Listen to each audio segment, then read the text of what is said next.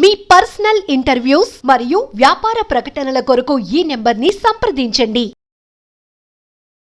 పిచ్చికి పరాకాష్ఠకి పర్యాయ పదం చెప్పాలంటే టక్కును గుర్తొచ్చే పేరు వర్మ. వర్మ మీద ఈ మధ్యకాలంలో అనేక కేసులు నమోదు కావటం, అతని మీద పోలీసులు వెతుకులాట చేయటం, విచారణ తప్పించుకొని వర్మ తిరగటం, మీడియాకి మాత్రం ఇంటర్వ్యూలు ఇవ్వటం, నేను భయపడట్లేదని ఒకవైపు చెప్పటం, మరోవైపు భయపడేలా తన గతంలో చేసినటువంటి ట్వీట్స్ని కామెంట్స్ని డిలీట్ చేయటం, ఇవన్నీ మనం చూస్తూ ఉన్నాం. సరే, వర్మ గురించి మనం కొత్త కన్నాలుగా మాట్లాడుకుంటా ఉన్నాం, అరెస్ట్ ఎప్పుడు అనే విషయాన్ని ప్రశ్నిస్తా ఉన్నాం. సరే, ఇదంతా పక్కన పెడితే వర్మ మరో కొత్త సినిమాతో మళ్ళా తెర మీదకి రాబోతా ఉన్నాడు. సిజిసి పేరుతోటి సినిమా తీయబోతున్నాడు. మీ అందరికీ తెలుసు, మన కాకినాడ పోర్టులో రేషన్ బియ్యం అక్రమంగా తరలిస్తుండగా డిప్యూటీ సీఎం పవన్ కళ్యాణ్ గారు రెడ్ హ్యాండ్గా పట్టుకొని ఆ షిప్ని సీజ్ చేపించడం మనంతా చూసాం. ఇప్పుడు అది బాగా ట్రోల్ నడుస్తుంది. పవన్ కళ్యాణ్ గారి గురించి, పవన్ కళ్యాణ్ గారు పట్టుకున్న అక్రమ బియ్యం గురించి, అక్రమ బియ్యం నడుపుతున్న ద్వారంపూడి చంద్రశేఖర్ రెడ్డి గురించి, వెనకాల ఉన్న జగన్మోహన్ రెడ్డి గురించి అందరూ మాట్లాడుకుంటుంటే వర్మ ఆ పేరుతో సినిమా తీయాలని చూస్తున్నారు.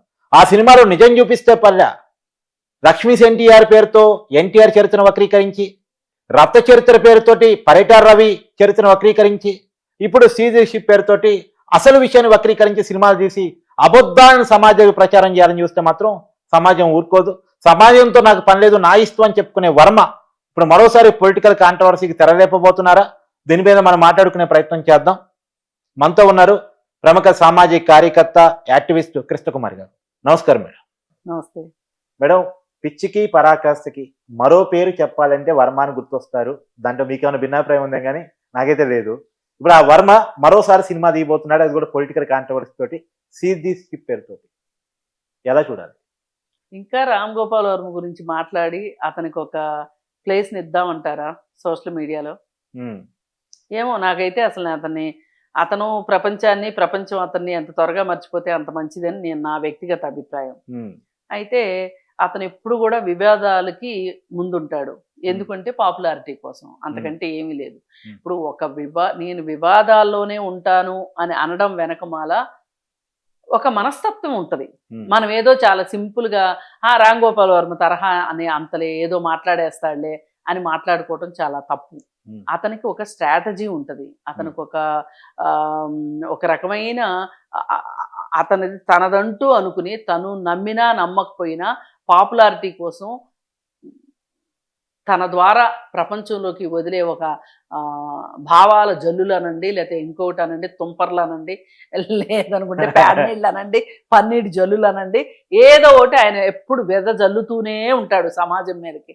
ఆ వెదజల్లే వాటిల్లో అతనికి కొంచెం రాజకీయ విషయాలు కావచ్చు, సామాజిక అంశాలు కావచ్చు, సినిమా విషయాలు కావచ్చు, ఏదైనా కావచ్చు, అతను చాలా బాహాటంగా మాట్లాడుతున్నాను అనే ఒక భ్రమని మనకు కల్పిస్తూ తనదైన శైలిలో అతను స్పందిస్తూ ఉంటాడు. దానికి కొన్నిసార్లు ఆయన కులం కార్డు వాడతాడు. ఆయనకి ఒక కులం పట్ల విపరీతమైన విపరీతమైన ద్వేషం ఉంది. ఆ ద్వేషాన్ని చూపించడం కోసం అతను ఎంతకైనా దిగజారి మాట్లాడగలిగిన తెలివితేటలు ఉన్నాయి అతని దగ్గర.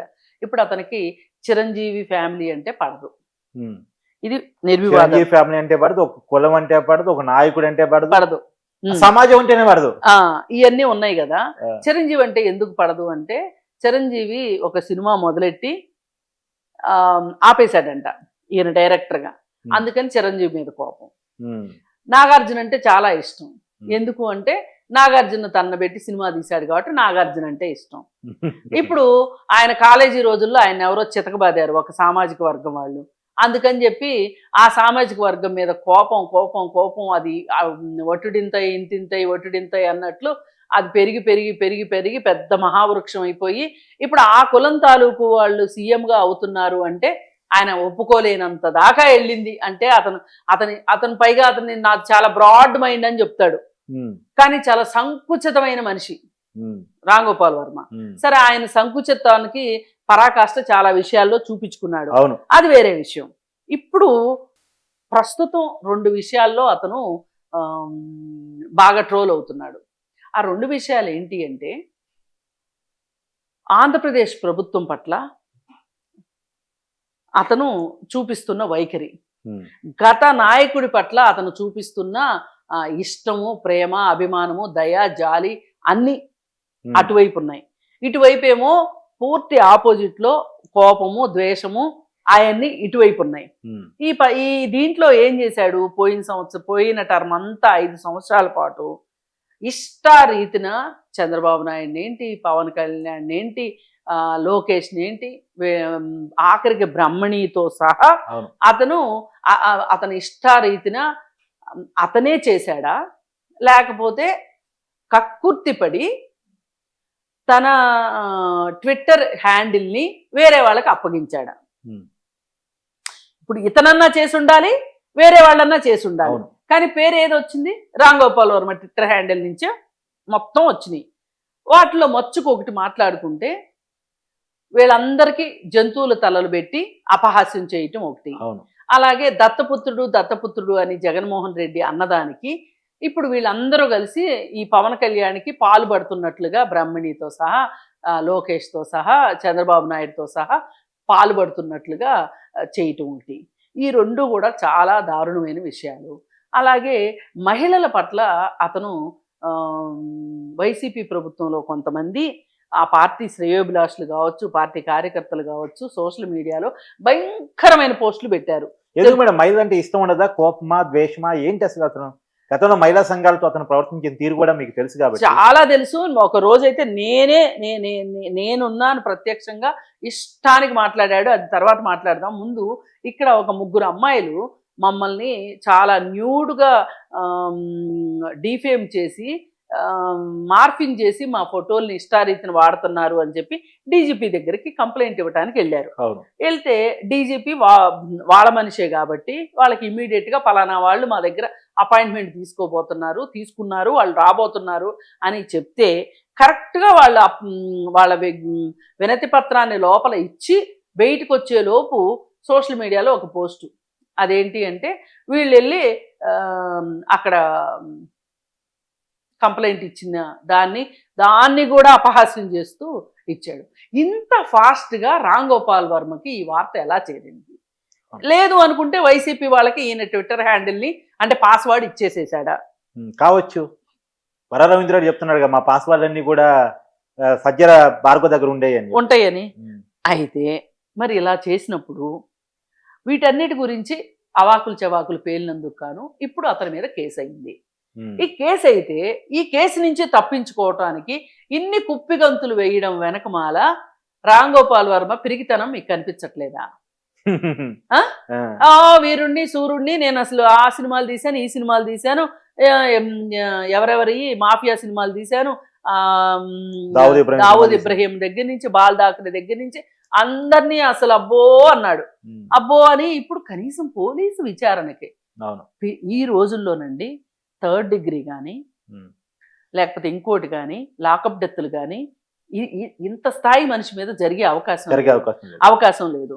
అలాంటప్పుడు నువ్వు ఎందుకు భయపడుతున్నావు? అవసరం లాయర్ని పెట్టుకుని పోతాను కూడా చెప్పొచ్చు. లాయర్ని పెట్టుకుని వెళ్ళొచ్చు, నిజంగా వెళ్ళదలుచుకుంటే లాయరు తను కలిసి కూడా వెళ్ళొచ్చు. కానీ ఇక్కడ నేను ప్రభుత్వాన్ని చీట్ చేస్తున్నాను అనే ఒక విషయాన్ని అతను చాలా సంతోషపడుతున్నాడు మనసులో. పోలీసులను నేను ఏమార్చాను, ప్రభుత్వాలను ఏమారుస్తున్నాను అనే ఒక ఉద్దేశము అతనికి చాలా అమితానందాన్ని ఇస్తుంది. అతని మనసు ఆ ప్లెజర్ని కోరుకుంటుంది. ఇప్పుడు ఒక్కొక్క మనిషి ఉన్నారండి, ఒకళ్ళు ఒక కూల్ డ్రింక్ తాగితే ప్లెజర్ ఫీల్ అవుతారు, ఒక్కొక్కళ్ళు ఏదైనా తింటే ప్లెజర్ ఫీల్ అవుతారు, ఒకళ్ళు వాళ్ళ అభిమాన నటుడు సినిమా చూస్తే ప్లెజర్ ఫీల్ అవుతారు, కొంతమంది ఇంట్లో కుటుంబ సభ్యులతో కూర్చుని భోజనం చేస్తే ప్లెజర్ ఫీల్ అవుతారు. కానీ రామ్ గోపాల్ వర్మ చట్టానికి, న్యాయానికి, ధర్మానికి వ్యతిరేకంగా నడుచుకుని నన్నెవరూ ఏమీ చేయలేరు అనే విషయంలో తృప్తి పడతాడు. అప్పుడు మాత్రమే అతని మనసు శాంతిస్తుంది అనమాట. అయితే ఈ మనిషి మహిళా సంఘాలతో ఎలా వ్యవహరించాడు అనే దానికి నేను ప్రత్యక్ష సాక్షి. ఒకరోజు పోర్ను సినిమాల గురించి వీటి గురించి చర్చా కార్యక్రమం నడుస్తుంది. ఈయన పోర్ను ఉండాలి అని చెప్పి ఆయన వాదిస్తున్నాడు. అవి ఉండటం కరెక్ట్ కాదు అని చెప్పి మహిళా సంఘాలుగా మేము వాదిస్తున్నాం. అయితే ఇతను మాట్లాడింది ఏంటి అంటే, ఒక మహిళా సంఘం నాయకురాల్ని, మీరు చాలా అందంగా ఉన్నారు, అసలు మీతో పోర్ను తీస్తే చాలా చండాలమైన పదం, చాలా చండాలం. అదేనండి నిజంగా. ఇప్పుడు చాలామంది ఏం మాట్లాడతారు, దుబాయ్లో అలా చేస్తారంట, ఇలా చేస్తారంట, ఏళ్ళు నరుకుతారంట, కాళ్ళు నరుకుతారంట అంటారు. మరి ఇలాంటి వాటికి ఇలాంటి శిక్ష ఒకటి వేయొచ్చు అని ఎవరు మాట్లాడలేదు ఎందుకండి? అవును. ఆ? చాలా అనాగరికమైన మాట కదా అది. చాలా. అయితే మేడం, ఇప్పుడు మహిళా సంఘ నాయకురాలు స్టూడియోకి వస్తానంటే తన స్టూడియోకి రాడంట, బయట నుంచి ఉంటాడంట. బయట నుంచి వాళ్ళు లైవ్ లోకి వస్తానంటే తన స్టూడియోకి వస్తాడంట. నిజానికి మీకే వర్మ ఎదురైతే ఏం చేస్తారు? నాకు వర్మ ఎదురైతే నేను కూర్చోబెట్టి డిబేట్ చేస్తాను. నేను అప్రజాస్వామికంగా నేనైతే మీరు ప్రజాస్వామ్యాన్ని నమ్మిన పద్ధతుల్లో మీరు అలా చెప్తున్నారు కానీ చాలా మందిలో మహిళల్లో ఉక్రోషం కనబడుతుంది. కింద కామెంట్ చేస్తా ఉన్నారు, అవును మాకు వదిలేయండి, మీకు పోలీసుల వల్ల మీ వల్ల కాదు కానీ మాకు వదిలేయండి అని మాట్లాడుతున్నారు. అసలు కాదండి, ఎవరికి వదిలేయక్కర్లా. ఈ వారం రోజు నుంచి 10 రోజుల నుంచి జరుగుతున్న డ్రామా రామ్ గోపాల్ వర్మ అంటే ఏంటో తెలిసింది. రామ్ గోపాల్ వర్మ అంత పిరికి పంద ఇంకొకడు లేడు అని తెలిసింది. దాక్కునే వ్యక్తి ఇంకొకడు లేడు. ధైర్యవంతుడు, ధైర్యం. ఇప్పుడు నాకు చాలా ధైర్యం ఉంది అనేవాళ్ళు చాలా పిరికి వాళ్ళు అనేది చక్కగా ప్రూవ్ చేశాడు. పైగా ఇంకొక మహిళా నాయకురాలు అన్నది ఏం మాటలు, ఇలా మాట్లాడడం కరెక్టేనా అంటే, ట్యూషన్లు బాగానే చెప్తున్నావు కానీ ట్యూషన్ ఫీజు ఎంత పంపించమంటావు అని అడిగాడు. అది కూడా ఎవరిని అనుకుంటున్నారు? కాట్రగడ్డ ప్రసూన లాంటి బాగా చదువుకున్న ఆవిడ ఒక ఎమ్మెల్యే, మాజీ ఎమ్మెల్యే. ఆవిడ మాట్లాడితే ఎంత మంచిగా మాట్లాడతారో, ఆవిడని పట్టుకొని అలా మాట్లాడాడు అంటే అతనికి ఎవరన్నా గౌరవం లేదు, నమ్మకం లేదు, లక్ష్యం లేదు. అతని గురించి మనం అసలు ఇంత మాట్లాడుకోవటం కూడా అనవసరం. పైగా తాజా వార్త ఏంటి అంటే, సినిమా టికెట్ల గురించి మనం ఇంత గగ్గోలు పెట్టుకుని మాట్లాడుతుంటే అందరూ ఇప్పుడు ఆయన ఏం మాట్లాడుతున్నాడో తెలుసా అండి? చిరంజీవికి ఫ్యామిలీకి అల్లు అర్జున్ ఫ్యామిలీకి పడట్లేదని తెలిసి అల్లు అర్జున్ని ప్యాంపర్ చేయటం కోసం ఏం మాట్లాడుతున్నాడంటే, అవును సినిమా టికెట్లు పెంచితే ఏంటి తప్పు, బ్రాండెడ్ బట్టలు, బ్రాండెడ్ షూస్, అవి ఇవి వాటన్నిటికీ రేట్లు పెంచినప్పుడు ఎవ్వరు మాట్లాడరు కానీ సినిమా టికెట్ల గురించే మాట్లాడతారా అని మాట్లాడుతున్నాడు. ఇప్పుడు బ్రాండెడ్ షర్టు ఎన్ని కొనుక్కుంటామండి? ఎన్ని రోజులు ఉంటాయి అయ్యి? కానీ ఒకసారి చూసి వచ్చే సినిమాకి ఇన్ని డబ్బులు ఖర్చు అంటే 3 గంటల వినోదం, 3 గంటల వినోదానికి ఇన్ని డబ్బులు అంటే అతను ఎలాంటి మానసిక స్థితిలో ఉన్నాడో అర్థం చేసుకుంది. దేంతో పోలిక పెట్టాలి, దేంతో పోల్చాలి అనే ఒక చిన్న లాజిక్ను కూడా మరిచిపోయి రామ్ గోపాల్ వర్మ ఇవాళ టోటల్గా దివాళాకోరు అయిపోయాడు.